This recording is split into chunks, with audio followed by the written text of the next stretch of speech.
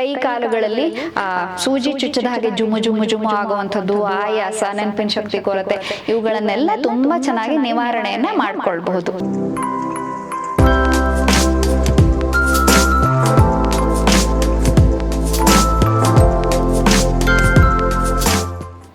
ಎಲ್ಲರಿಗೂ ನಮಸ್ಕಾರ. ನಾನು doctor Chaitra Pandit, natural medicines ಹಾಗೂ lifestyle consultant, Samanvita Chikitsalaya, Honnavar. Doctor Chaitra Pandit official YouTube ಚಾನಲ್ಗೆ ನಿಮ್ಗೆಲ್ಲರಿಗೂ ಸ್ವಾಗತ. ಇತ್ತೀಚಿನ ದಿನದಲ್ಲಿ ಅದರಲ್ಲೂ ಸಸ್ಯಾಹಾರಿಗಳಲ್ಲಿ B12ನ ಕೊರತೆ ತುಂಬ ಕಾಡ್ತಾ ಇದೆ.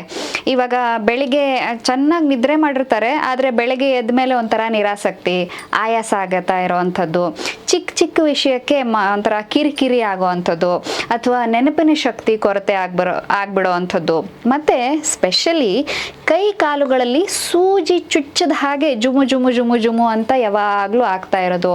ಇದೆಲ್ಲ ಏನಪ್ಪ ಅಂತಂದ್ರೆ ಈ B12ನ ಪೋಷಕಾಂಶದ ಕೊರತೆ. ಇದರಿಂದಾಗಿ ನಿಮ್ಮಲ್ಲಿ ಈ ಥರದ ಎಲ್ಲ ಒಂದು ಸಿಂಪ್ಟಮ್ಸ್ಗಳು ಕಾಣಿಸ್ಕೊಳ್ಳುತ್ತೆ. ಹಾಗಾದರೆ ಈ B12ನ ಕೊರತೆಯನ್ನು ನೀಗಿಸ್ಕೊಳ್ಳೋದು ಹೇಗೆ ನೋಡಿ. ಸಾಮಾನ್ಯವಾಗಿ ಮಾಂಸಾಹಾರಿಗಳಲ್ಲಿ B12 ಕೊರತೆ ಆಗೋದು ಕಡಿಮೆ. ಯಾಕಂತಂದರೆ ಮಾಂಸಾಹಾರದಲ್ಲಿಯೇ ಹೆಚ್ಚಾಗಿ B12ನ ಅಂಶ ಇರೋದ್ರಿಂದ ಅವ್ರಿಗೆ ಅದರಲ್ಲಿ ಪೂರೈಕೆ ಆಗುತ್ತೆ. ಆದರೆ ಸಸ್ಯಾಹಾರಿಗಳಲ್ಲಿ ನಾವು ಯಾವ ಯಾವ ಆಹಾರ ಪದಾರ್ಥಗಳನ್ನು ಸೇವನೆ ಮಾಡಿದರೆ ನಮಗೆ B12 ತುಂಬ ಚೆನ್ನಾಗಿ ಸಿಗುತ್ತೆ ಅಂತ ಹೇಳೋದನ್ನು ಇವತ್ತಿನ ವಿಡಿಯೋದಲ್ಲಿ ನಿಮಗೆ ಹೇಳ್ಕೊಡ್ತಾ ಹೋಗ್ತೀನಿ. ಅದರಿಂದ ವಿಡಿಯೋವನ್ನು ತಪ್ಪಿಸ್ದೇನೆ ಕೊನೆಯವರೆಗೂ ನೋಡಿ. ಈ B12 ಯಾಕೆ ಬೇಕಪ್ಪ ಅಂತ ಕೇಳಿದ್ರೆ ನೋಡಿ, ನಮ್ಮ ನರಮಂಡಲ ವ್ಯೂಹ ಅಥವಾ ಬ್ರೈನು ತುಂಬ ಚೆನ್ನಾಗಿ ಕೆಲಸ ಮಾಡಬೇಕು, ಎಲ್ಲ ನರಗಳಲ್ಲಿ ಚೆನ್ನಾಗಿ ಶಕ್ತಿ ಸಂಚಯ ಆಗಿರಬೇಕು, ಅವು ಚೆನ್ನಾಗಿ ಕೆಲಸ ಮಾಡಬೇಕು ಅಂತಿದ್ರೆ B12 ತುಂಬ ಅಗತ್ಯವಾಗಿ ಬೇಕಾಗಿರುತ್ತೆ. ಹಾಗೇನೆ ನಮ್ಮ ರಕ್ತದಲ್ಲಿ ಕೆಂಪು ರಕ್ತ ಕಣಗಳ ಉತ್ಪತ್ತಿ ಕೂಡ B12 ತುಂಬ ಮುಖ್ಯ. ಅದ್ರ ಜೊತೆಗೆ ನಮ್ಮಲ್ಲಿರುವಂತಹ DNA ಸಿಂಥಸಿಸ್ ಮಾಡೋದಕ್ಕೆ ಸಹ ಈ ಒಂದು B12 ತುಂಬ ಅಗತ್ಯವಾಗಿ ಬೇಕಾಗಿರುತ್ತೆ. ಆದ್ರಿಂದ B12ನ ನಾವು ಪೂರೈಕೆ ಮಾಡ್ಕೊಳ್ಳೋದು, ಕಮ್ಮಿ ಆಗದೆ ಇರೋ ಹಾಗೆ ನೋಡ್ಕೊಳ್ಳೋದು ಒಂದು ಚಾಲೆಂಜಿಂಗ್ ವಿಷಯನೇ ಸಸ್ಯಾಹಾರಿಗಳಲ್ಲಿ. ಸೊ ಹಾಗಾಗಿ ಯಾವ ಆಹಾರ ಪದಾರ್ಥಗಳನ್ನು ಸೇವಿಸಬೇಕು ಅಂತ ನೋಡ್ತಾ ಹೋಗೋಣ. ಮೊಟ್ಟ ಮೊದಲನೇದಾಗಿ ಹಾಲು ಮತ್ತು ಹಾಲಿನ ಉತ್ಪನ್ನಗಳು. ಈಗ ಮಜ್ಜಿಗೆ ಇರ್ಬೋದು, ಮನೆಯಲ್ಲೇ ಹೆಪ್ಪು ಹಾಕಿರುವಂತಹ ಮೊಸರು ಇರ್ಬೋದು, ಮತ್ತು ಪನೀರ್ ಇರ್ಬೋದು, ಮತ್ತು ಹಾಲು. ಸೊ ದಿನಕ್ಕೆ 1 ರಿಂದ 2 ಲೋಟ ಹಾಲನ್ನು ಉಪಯೋಗಿಸ್ಬೋದು, ಅಥವಾ ಮಜ್ಜಿಗೆಯನ್ನು ಉಪಯೋಗಿಸಿದ್ರೆ ಇನ್ನೂ ಒಳ್ಳೆಯದು. ಗಟ್ ಹೆಲ್ತಿಗೆ ಕೂಡ ಅದು ತುಂಬ ಚೆನ್ನಾಗಿ ಸಹಾಯವನ್ನು ಮಾಡುತ್ತೆ. ಸೊ ಹಾಗಾಗಿ ಪ್ರತಿನಿತ್ಯ 2 ಲೋಟ ಮಜ್ಜಿಗೆ ಕುಡಿದ್ಬಿಟ್ರೆ ಎಲ್ಲ ರೀತಿಯಿಂದನೂ ಆರಾಮಾಗಿರುತ್ತೆ. ಆದ್ರಿಂದ B12ನ ಇಂಪ್ರೂವ್ ಮಾಡ್ಕೋಬೇಕು ಅಂತಂದ್ರೆ ಹಾಲು ಮತ್ತೆ ಹಾಲಿನ ಪದಾರ್ಥಗಳನ್ನ ನೀವು ಉಪಯೋಗಿಸ್ಕೊಳ್ಬೇಕು. ಇನ್ನೊಂದೇನಪ್ಪ ಅಂತ ಕೇಳಿದ್ರೆ ಈ ಮೊಳಕೆ ಬರಿಸಿದ ಹೆಸರು ಕಾಳು ಮತ್ತೆ ಕಡಲೆಕಾಳು, ಇವುಗಳಲ್ಲಿ B ಕಾಂಪ್ಲೆಕ್ಸ್ನ ಪ್ರಮಾಣ ತುಂಬಾ ಚೆನ್ನಾಗಿರುತ್ತೆ. ಆದ್ರಿಂದ ಇವುಗಳನ್ನ ನೀವು ಸೇವನೆ ಮಾಡ್ತಾ ಹೋದರೆ, ಆಸಿಡಿಟಿ ಏನಾದರೂ ಸಮಸ್ಯೆ ಇದ್ದರೆ ದಯವಿಟ್ಟು ಬೇಯಿಸಿ ಸೇವನೆ ಮಾಡಿ, ಹಸಿಯಾಗಿ ತಿನ್ನೋದಕ್ಕೆ ಹೋಗಬೇಡಿ. ಮತ್ತು ಯೂರಿಕ್ ಆ್ಯಸಿಡ್ ಸಮಸ್ಯೆ ಇದ್ದರೆ ಮೊಳಕೆ ಬರಿಸಿದ ಕಾಳುಗಳನ್ನು ತಿನ್ನಬಾರ್ದು.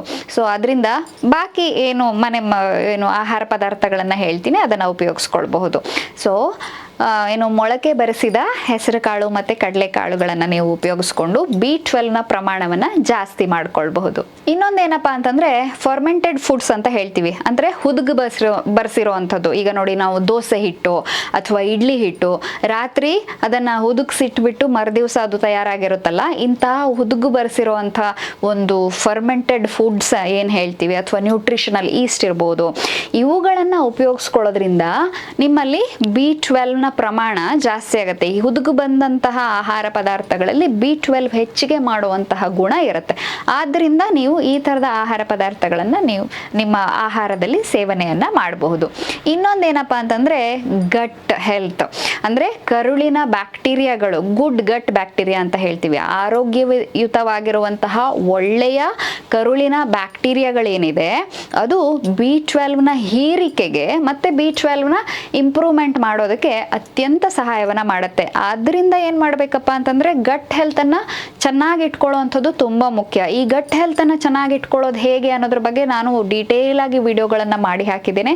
ಅದರ ಲಿಂಕ್ ಅನ್ನ ಇಲ್ಲಿ ಇನ್ಸರ್ಟ್ ಮಾಡ್ತೇನೆ, ದಯವಿಟ್ಟು ನೋಡ್ಕೊಂಡು ಬನ್ನಿ. ಹಾಗೇನೆ ನಿಮ್ಮ ಕರುಳಿನ ಆರೋಗ್ಯವನ್ನ ಚೆನ್ನಾಗಿ ಮಾಡ್ಕೊಳ್ಳಿ, ಒಳ್ಳೆಯ ಬ್ಯಾಕ್ಟೀರಿಯಾಗಳನ್ನ ಬೆಳೆಸ್ಕೊಳ್ಳಿ. ಅದರಿಂದಾಗಿ ಏನಾಗುತ್ತಪ್ಪ ಅಂತಂದ್ರೆ ನೀವು ಸೇವನೆ ಮಾಡಿರುವಂತಹ ಆಹಾರದಿಂದ B12 ಏನು ಇರುತ್ತೆ ಅದು ಚೆನ್ನಾಗಿ ರಕ್ತಕ್ಕೆ ಹೀರಿಕೆಯಾಗಿ ನಿಮ್ಮ ದೇಹಕ್ಕೆ ಅವೈಲೇಬಲ್ ಆಗೋ ಹಾಗೆ ಅದು ಮಾಡಿಕೊಡುತ್ತೆ. ಸೊ ಆದ್ದರಿಂದ ನಿಮ್ಮ ಕರುಳಿನ ಆರೋಗ್ಯವನ್ನು ತುಂಬ ಚೆನ್ನಾಗಿ ಇಟ್ಕೊಳ್ಳೋದು ಅತ್ಯಂತ ಮುಖ್ಯವಾಗಿ ಈ ಒಂದು B12ನ ಪ್ರಮಾಣವನ್ನು ಇಂಪ್ರೂವ್ ಮಾಡೋದಕ್ಕೆ ಅತ್ಯಂತ ಮುಖ್ಯವಾಗಿ ಬೇಕಾಗಿರುವಂಥದ್ದು.